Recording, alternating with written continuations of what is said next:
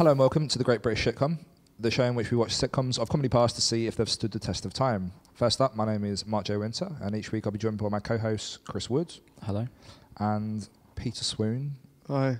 Or are we going to call you Jones? Because your name's also Chris? I'm also Chris. Yeah. Yeah, okay. I didn't answer the question, but yeah. No, all right, well, we'll see how that goes. Peter Swoon / Jones. So very quickly, I want to clarify here. The title of the show is The Great British Shitcom. That is not to say that any sitcoms that we're going to watch each week is going to be shit. I'm a big fan of comedy in general. I think there is a sense of humour somewhere in even comedies that aren't funny. People have made an effort to make them funny, so we are going to show these shows the respect they deserve. We're not going to cover the common ones like Only Fools and Horses, for example, or The Office. We're going to look at the perhaps forgotten gems of the past few decades. So, first episode that we're going to watch, other sitcoms that were around at the time, Spaced, between 1999 and 2001. Do you guys remember Spaced? Yeah.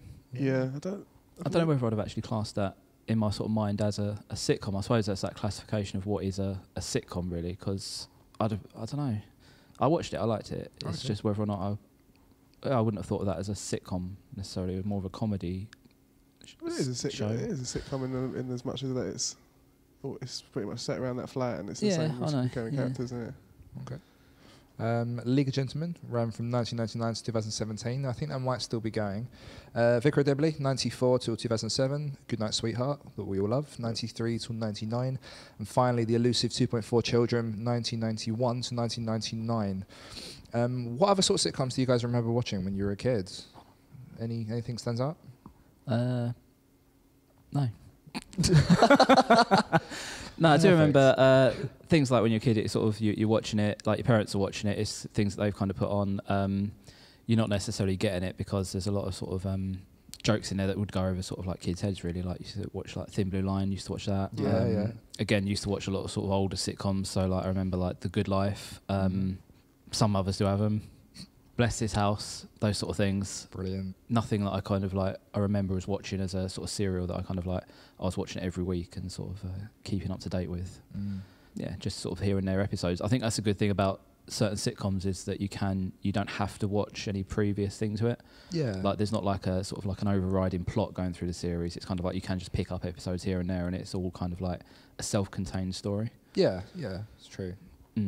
Yeah. How about you, Jones / Peter Swoon? Yeah, it's a similar story. I mean, Red Dwarf, and like Chris, 2.4 Children, I don't remember anything about it. I remember the guy's jeans in it were really bad. I remember, but then I was quite loyal to sitcoms, so then even if I didn't particularly enjoy it, I mean, I remember watching quite religiously Dad, which starred George Cole. Even at the time, as a child, I thought this is appalling, but I used to watch it all the time. And I enjoyed the theme tune, which was like a nice upbeat, sort of brassy, 70s sort of tinged theme tune. Do you want to give us a blast of the brass? Yeah, why not?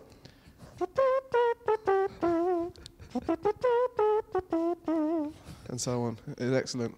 Yeah, but like Chris said, I mean, I don't necessarily I sort of got all the jokes and everything. And the Thin Blue Line was funny because, the guy said fannying around and stuff, and that's funny. And oh, God, I remember that, yeah. Yeah. That was Rowan Atkinson saying that line, wasn't it? No. It was the guy from The Thick of It with a moustache and the bald head. Oh, God, yeah. I don't know what his name was. I don't know his name either. Yeah. That's clicked for me. Yeah. The guy from EastEnders is in it as well. Patrick. Yeah, Patrick Truman. Patrick Truman. Yeah, that's the character's name. But James Dreyfus as well. It's good you mentioned James Dreyfus. Why is that? Because, Chris, James Dreyfus stars in the show we're going to be watching today, which is Gimme Gimme Gimme. Gimme Gimme Gimme was produced by Tiger Aspect Productions. They also did shows such as The Vicar of Dibley, Mr. Bean, and an entire sitcom dedicated to, remember the Fast Show character Swiss Tony at all?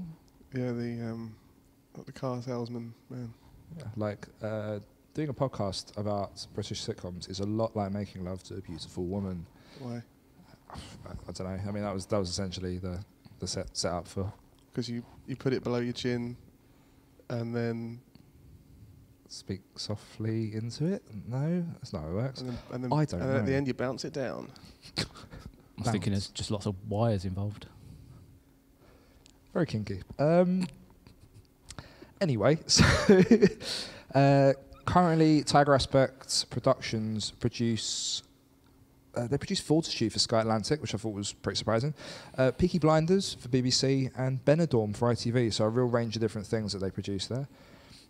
I thought Fortitude was the American version of Benidorm. Yeah, I mean, many people have said that, I guess. That's the tagline to advertise it, I thought. the American Benidorm. It's got tourist industry. Yeah. Just a lilo on some ice. Yeah. God. Hotel. Mosps. Today, as I said, we're watching Gimme Gimme Gimme. Alongside James Dreyfus, it starred Kathy Burke, who perhaps is more well known, for her role as Perry in Kevin and Perry. IMDb describes Gimme Gimme Gimme as a sitcom about two dreamy London gay unemployed actor Tom Farrell, whose career is going nowhere, and Linda Hughes, who is about as attractive as a centenary nun, yet has delusions of romantic love.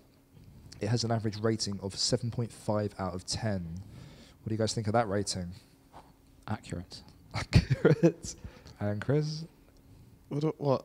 What do you think of 7.5 out of 10 as a rating for Gimme Gimme Gimme and your memories of it? I mean, based on my memories of it 20 years on, I think that's a very generous rating. Okay. My memories of it, I think, like I said, I was quite a...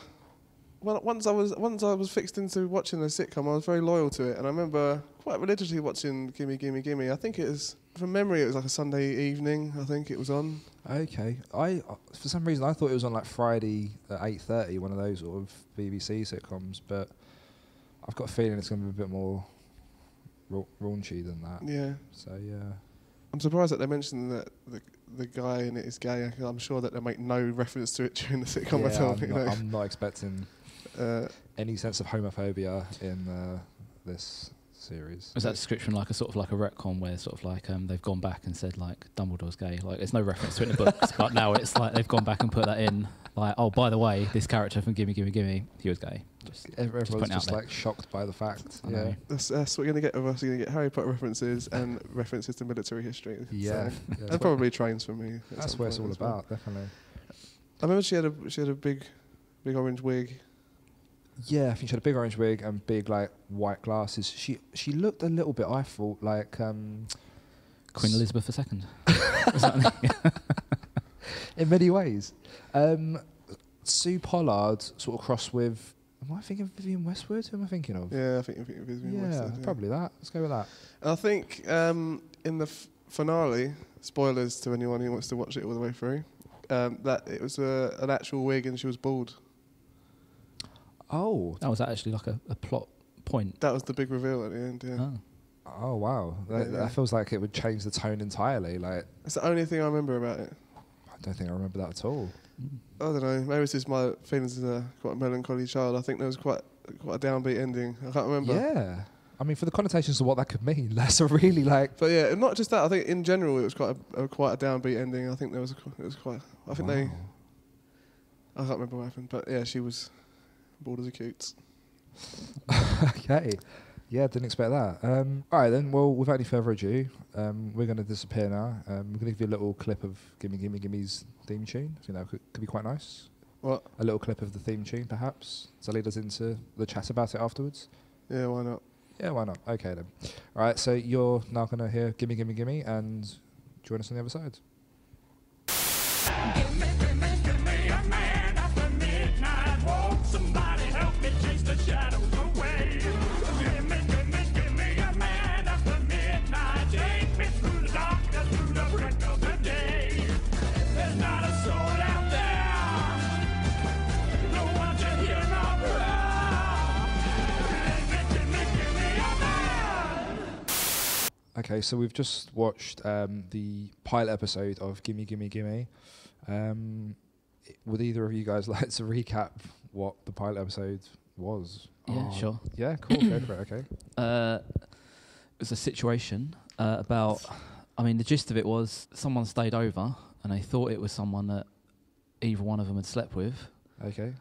And they were trying to work out who it was in a very long, convoluted way.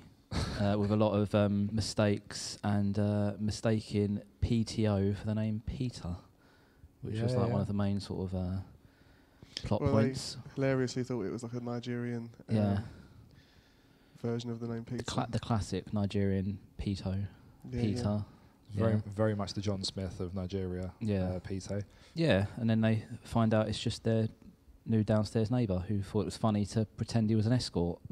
Yeah, I mean that's pretty accurate as to what we've just watched. Linda Hughes thought that she was the one that slept with the new flatmate, as you mentioned.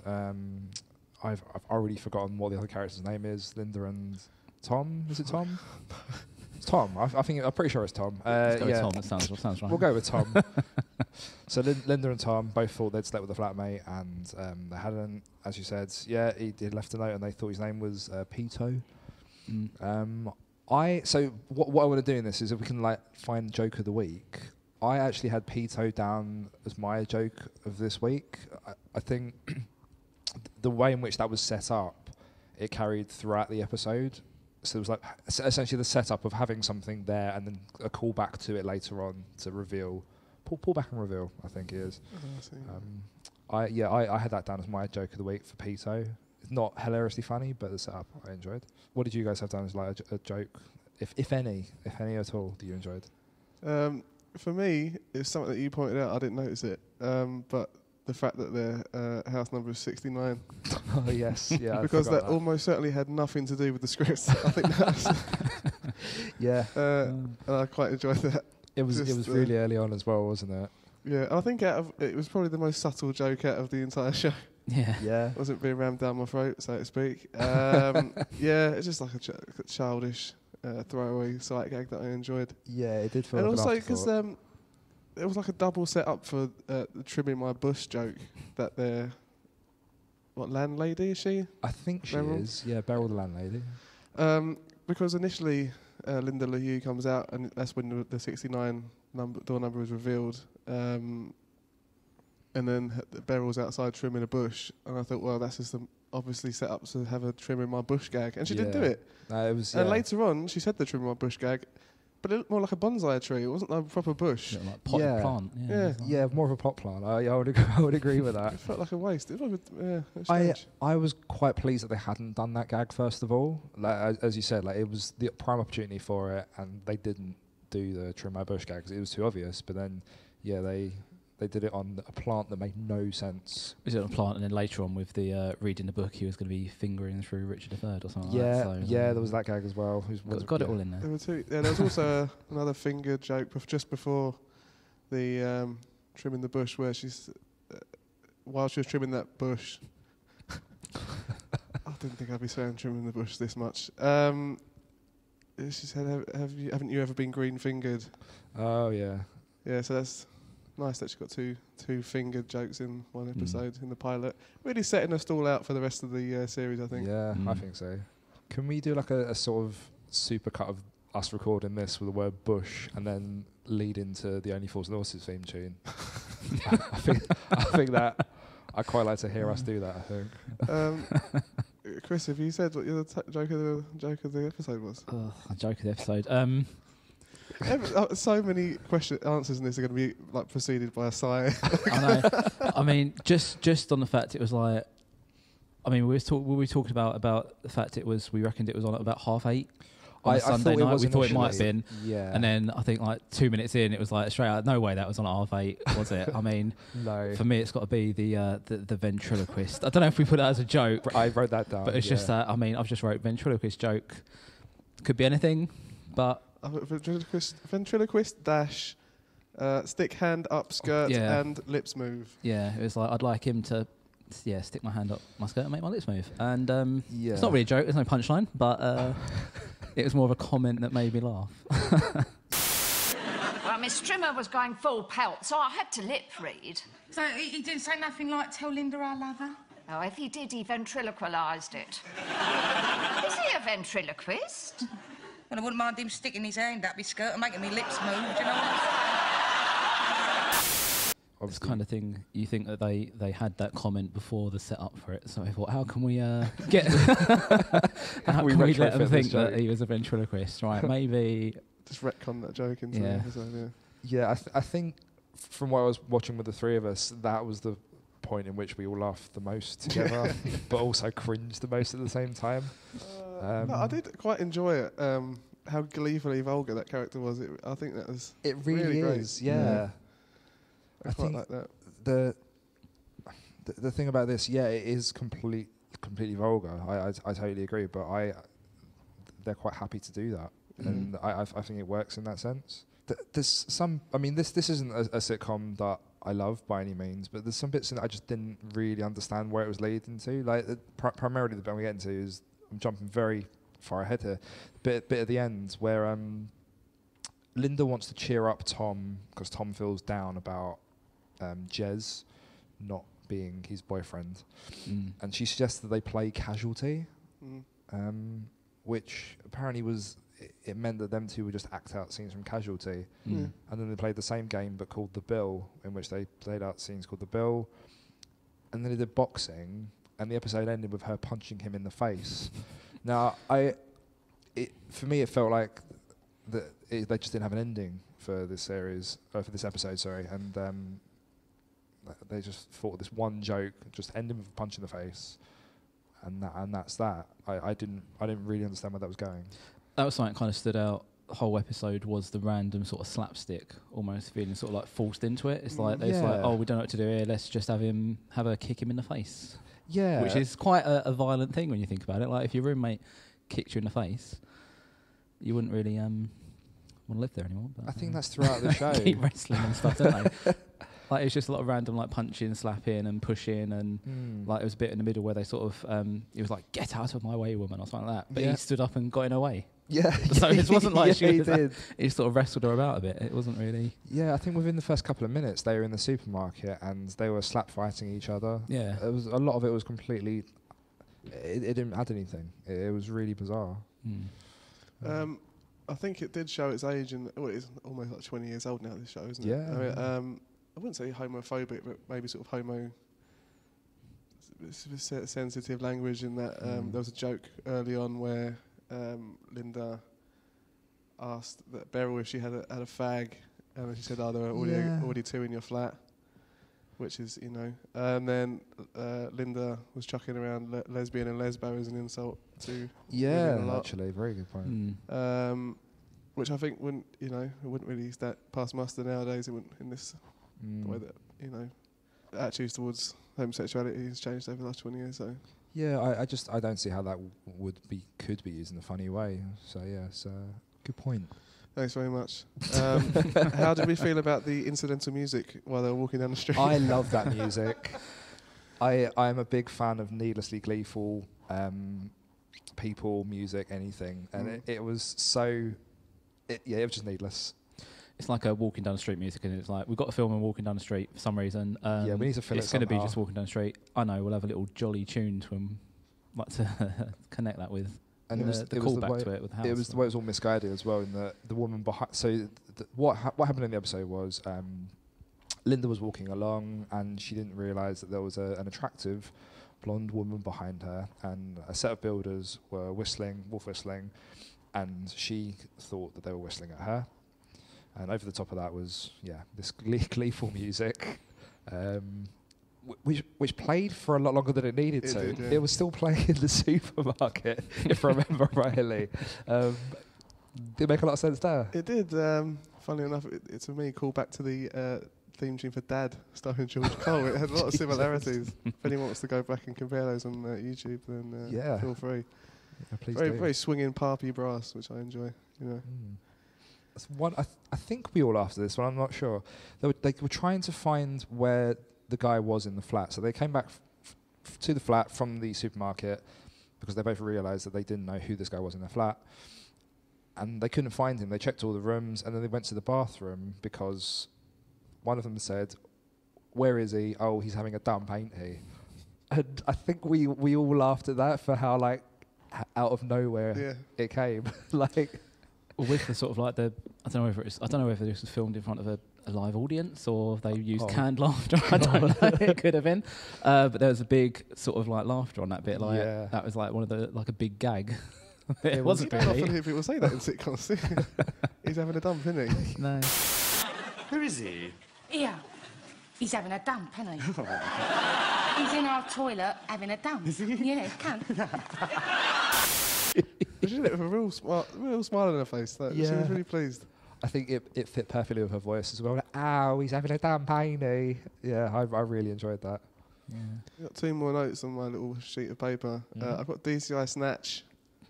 That was yes. Okay, sorry, I'll let you do that. Yeah, so that was linking back into what Mark was saying about the role plays they played at the end with the Casualty and then the Bill. And the given name for a fictional detective was DCI Snatch, which he just threw in there, which was fun. Yeah. Also, I have, I don't think at any point, I checked in on it a few times during the episode, but I don't think at any point during the episode James Dreyfus's left eyebrow descended at all. It was always arched. Constantly arched. That was great continuity, I think, for the I'd episode. not noticed that. That's No, lovely. it was extremely arched. Which, which is nice. Yeah. The only other thing I've got is because I do remember this show a little bit when I was a kid, and I assumed that when I first sort of watched it, the old lady, I assumed it was going to be like that kind of dynamic where you got this sort of like this couple downstairs who are like going out drinking, partying all the time. You've got like the sort of the uptight sort of older lady living upstairs who's going to kind of like be clashing with them all the time. Okay. Yeah. So obviously the lady sort of recognise her from playing. Has anyone seen Only Fools and Horses, like the Jolly Boys outing, where they stay at like the haunted B&B, and she's like the really stern, like almost like horror-ish. I do not remember. I remember the proprietor of that. episode, but I don't remember that her being that character. But the old lady was kind of like not what I expected her to be. She was, I mean, let's be honest, she was an ex-prostitute, I think. Based on that was like that line. I never really thought that was going to be coming into it. Yeah, it was a beautiful and that was moment seeing referenced your a few face when that times. was revealed. Yeah, I was like, what? That's not what I expected. And she was kind of almost a bit like, yeah, that was an interesting plot point, I thought. Yeah, I think they were just deriving comedy from the fact that she was quite a prim and proper lady, but then she would come out with things about sex work all the time. I think that was just Yeah. a way into her character. Prior to this, watching this again, I had in my mind that there would be a lot of parallels between this sitcom and Mrs. Brown's Boys, which is a contemporary or relatively contemporary sitcom in as much as that it's a quite broad sitcom that was critically dismissed and is very quite popular with the viewing public. But I don't really know how popular this was at the time. Well, it went for quite a while, didn't it? So I think it ran for 3 years, and there was 19 episodes, including a Christmas special, or a Millennium special. Sorry. Have either of you guys ever actually watched an episode of Mrs. Brown's Boys? I don't think I've seen an entire episode, but I have Seen bits seen of it. bits of it. I've seen clips here and there. I'm not, my granddad likes it. So I went out my way, because Chris, me and you briefly spoke about the parallels. I went out my way to watch an episode of Mrs. Brown's Boys, and I actually can see that there's comedy in it. Like, yes, it's not funny for me as such, but yeah, the vulgar aspect of it, I sort of get why you can compare the two. Don't really know where I'm going with this point, if I'm honest. No, there are parallels, I think. There was Kathy Burke did an interview where she spoke quite fondly about Gimme Gimme Gimme and said that she had a lot of fun doing it, and she was quite defensive of it in as much that, they didn't get a lot of critical recognition. And she got a comedy award for, was it for this? But if I remember rightly, because this was on the Adam Buxton podcast, I think it was Best Comedy Actress or something. For this? For Gimme Gimme Gimme, yeah. Yeah, so she was quite defiant when she went up to collect it and said that it was about time that they got recognition for this. Yeah. I think, this, if I remember rightly, her exact words were, how long, about fucking time. Because, as you said, the critics hated it, but the public loved it, which is why it ran for 3 series, I guess. Yeah. Can I just say as well, I really, really dislike the theme tune. Because that's straight up like one of my favourite ABBA songs, and it's just, I really hate it so much what they've done to it. It's not as I know the idea is like it's the two of them singing it in a really like karaoke terrible way, but it's worse than I remember. Yeah. I remember this being more sing along than what it is. I remember the sort of animation being like a bit sort of rough, but there it just looked a bit like, oh my gosh. Yeah. Yeah. It's just extreme, like the combination of the Extreme visual caricature. yeah, the visuals and the song make it it's extremely obnoxious introduction and Yeah. ending to an obnoxious sitcom. So in a way, the perfect intro. Oh yeah, yeah. It really it doubles down on that. Yeah. One thing I will throw in, this is a goof I found on IMDb in the intro sequence. Washomatic is featured, like a laundrette place, and that is spelt incorrectly. So if anyone wants to watch back on this and look out for a spelling mistake, you know where to go. Where how was it spelled? I think two of the letters are switched the wrong way around, or one of them's missing, or the O's missing perhaps. I I don't was know. just implying that it's a rundown laundrette. Perhaps, yeah. I mean, IMDb does make mistakes sometimes. We can edit this bit out. That's totally fine. I think, given by the gags and the depth of the script, I think that was an intentional choice. Oh well, don't I feel silly. Yeah. All right then. Well, you've mentioned theme tune, Yeah. which I think quite neatly leads me into the game I wish to play this week. So I mentioned to you guys before the recording. Obviously, this show is called Gimme Gimme Gimme, and I think the reason that song fits is because Gimme Gimme Gimme, a man after midnight, and the two of them are basically after the same man. The first episode shows us that much.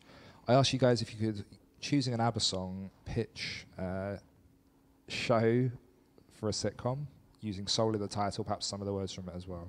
Did you guys come up with anything for an ABBA song? Yes, I'll go first because I'm sure that Chris is better than mine. Right, so mine is, for me, there aren't enough sitcoms based in and around the Second Punic War in 218 BC. So anyway, so the setup is it's kind of based around Hannibal's crossing of the Alps. I'm listening. Bypassing Roman and Allied land garrisons and the Roman naval dominance at the time. So it's basically, obviously the sitcom is him leading his Carthaginian army across the Alps into the Roman territory. So it's called The Winner Takes Italy. Winner Takes It All. Italy. Jesus Christ. I'm so sorry. Okay. So that's the setup. Ardlo Hanlon will play Hannibal. Oh, I did expect like character choice as well. I'm sorry. I'm not. That was. All right. Want to top that, Wood? Do you want to have a go at that one? Well, surprisingly, I mean, obviously when you're looking for comedy gold, sort of war is your first thought that comes to mind. So a little bit more modern. I was going for sort of like Napoleonic era, and not changing the title of the song at all. I was going for Waterloo. Okay. I mean, I'm a big fan of Sean Bean, and I do like Sharp, but the one thing I thought that Sharp was lacking was it was missing a lack of sort of roller skates and like toilet humour, and I was kind of like it was a cross between sort of Sharp and Some Mothers Do Have 'Em, and just like a lot of initiatives, like a lot of mistakes, like roller skates instead of horseshoes. And just like, just like a lot of general incompetence, like, Could that be one of the characters in it as well, called General Incompetence? Yeah, it's not a lot of Napoleonic era comedy, I don't think.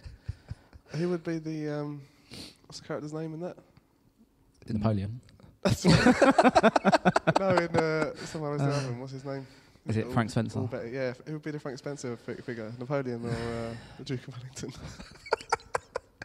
What I like about this is that I know nothing about history. So What did you expect? You asked both of us a question. We're going to both try and get either trains or trains or history. or historical battles into it. Yeah. Okay. Well, that was unexpected on both Wait, parts. go on. there. It's your turn now, isn't it?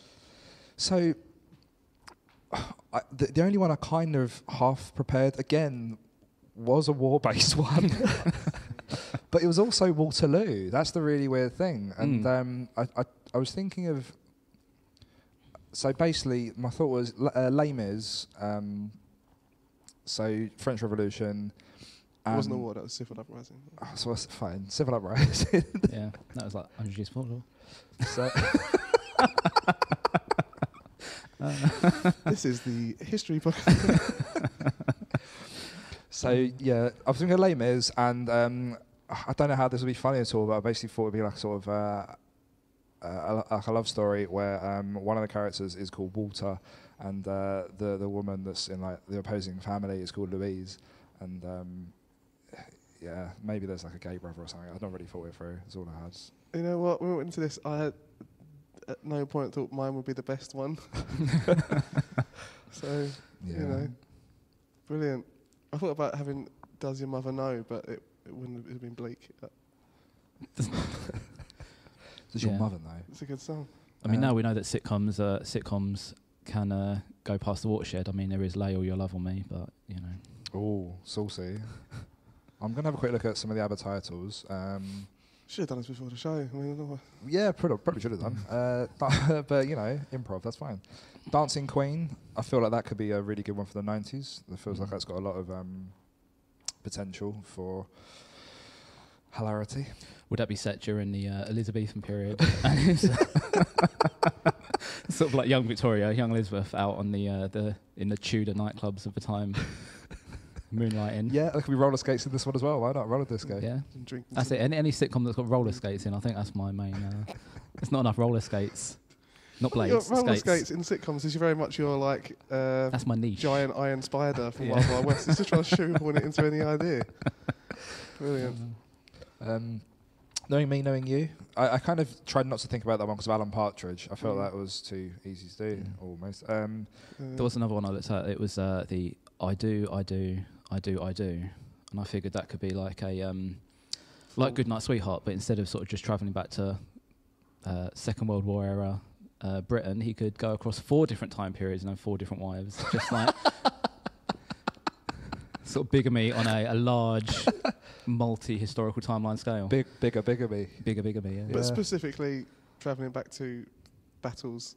Yeah. So Anywhere he goes back, he's at imminent Why is there danger so much of history? like. what did you expect, Mark? Let's think. What other historical eras would you like to go back to and just like, I don't know. Right, the first I do, I would say sort of around sort of Edward the First, sort of Bannockburn. That's after Edward the First, isn't it? Edward the Second. Anyway, be around sort of William Wallace era. Pretty funny. There's a bit in Braveheart where they get their bums out. That's quite funny, isn't it? We could That's probably quite funny. weave that in somehow. That was the slapstick part of Braveheart that was. Which era would you like to? Sorry, Mark. Which That's era fine. would you like to? I've done enough talking. Which era would you go for in the second I do of I do? I don't know. Come on. I haven't really thought about that. That was kind of just an ad-lib thing. Just imagine this is the pitch meeting. I'm the producer. Come on, you've got to come up with something. What? So another period to go back to. Yeah, I've got Bannockburn. That's done. So Bannockburn's done. So we're definitely. Yeah. So we've got modern era where he's got a wife. He's back to sort of like that sort of era of England. He's got another wife there. What about Spanish Civil War? Spanish Civil War. What, like the Elizabethan? No. No, What? no. Spanish Civil War? Yeah. No, but you can't change continent. You got to stay in your country. So if I'm going in like a little So specifically British specific, you're stuck in Britain. That's it. It's so tedious. All right. So if you're at like, I don't know, somewhere near me like Tilbury Port, like you're going to be in Tilbury Port in the 1930s or something like that. It's just going to be grim, like industrial. Yeah, it's true. To be fair, it probably wouldn't fly as a pitch for a sitcom. You'd need to be somewhere exciting where something actually happened. Like Bannockburn. Like Bannockburn, yeah. But then what else happened in Bannockburn in the rest of English history? Like, do you want to go back like 2,000 years to like, not 2,000 years, say like 10,000 years to like cavemen and stuff? I don't know. Go on, Mark. I mean, to be honest, it was just a little game, and I think you guys have played it very well. Thanks very much, Yeah. everyone. That was hilarious. Do you want to look for any more ABBA titles, or should we just? Like, No, I think we should I move think, on. I think we're done. I think we are done. One thing I forgot was the main character is a practitioner of voodoo, apparently. Who was that? Who was the? Because she's got the voodoo dolls that she's sticking that's pins right. in Oh, every one of the yeah, people she yeah. doesn't like. Very 90s. A lot of 90s references there. Liam Gallagher, Patsy Kensit. Yeah. Obviously, he was still quite a sex symbol at the time. And this must have been after Be Here Now came out, so she must have been quite a die-hard fan because that album was a slog to get through. And obviously, any sex appeal he had would have really waned after Standing on the Shoulders of Giants came out because that is a piece of shit. What's on that one? Is that like Little James? Little James, yeah. Yeah. Okay. Yeah, that came out in, I think, like in 99 as well. Or But 2000? It's got Where Did It All Go Wrong? Isn't it? Is that on that one? Yeah. That's all right. Well, that's a Noel song, isn't it? Fair. Yeah. Okay. Yeah, sorry. So there are a lot of 90s references. So those two, K.A.D., Zoe Ball, Dale Winton. Dale Winton. lovely Dale. Yeah, that was nice. It's always nice to see him there in his shaven headed state. That was lovely. Mm. Yeah, that's good. It's meant to be a revival of Supermarket Sweep, isn't there? It's been going around, supposedly. With Winton. Yeah. That's nice to see.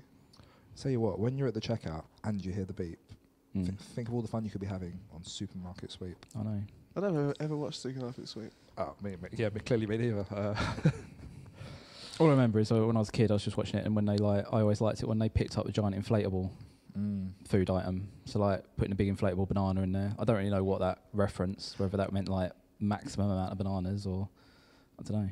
That's like That's very 90s thing as well, isn't it? Inflatable bananas. Big inflatables, like big inflatable hammers and stuff like that. What was that all about? Because I remember I watched this. I know what you mean. And then squeaky bit in the end, didn't they? Yeah. You know, like you go like the seaside and like you used to see like where you have like the buckets in space now and like all the candy floss. Buckets in all space. like springed up, yeah. Loads of inflatable stuff like inflatable hammers and just hammers really. You don't really see them nowadays. I never really thought about it until now. Last week I was watching a video, you know, in Euro 96 when Paul Gascoigne scores that goal when he flicks it over his head and against Scotland. And then in that famous celebration where he's lying on the floor, in the crowd behind you can see somebody with a giant inflatable banana. And I just thought, he thought, well, it's quite a crucial game in this group stage, England-Scotland, good game, going out at Wembley. I'm going to blow up that banana and take it down with me. Yeah. Or maybe it was a hammer. It might have been a hammer, actually. Yeah. That's before the inflatables market crash of the late 90s. That bubble really burst. Saw later. So if anyone sees know where you can still buy a large amount of giant inflatable hammers. Let us know. Please let us know. We'll get that seen wholesale. Probably get some branded. Great British inflatable. Yeah. All right, should we wrap this up, so to speak? Yeah, why not? Yeah. All right, well, thanks for joining us on the first ever episode of Great British Shitcom, where we watched Gimme Gimme Gimme. Obviously, don't forget to like us on Facebook. Just search for Great British Shitcom, or send us a tweet on Twitter at British Shitcom.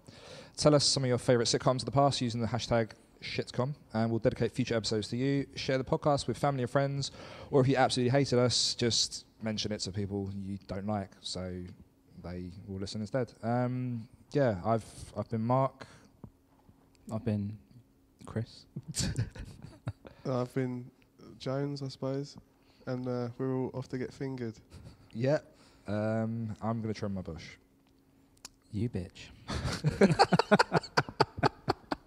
Bye. Bye.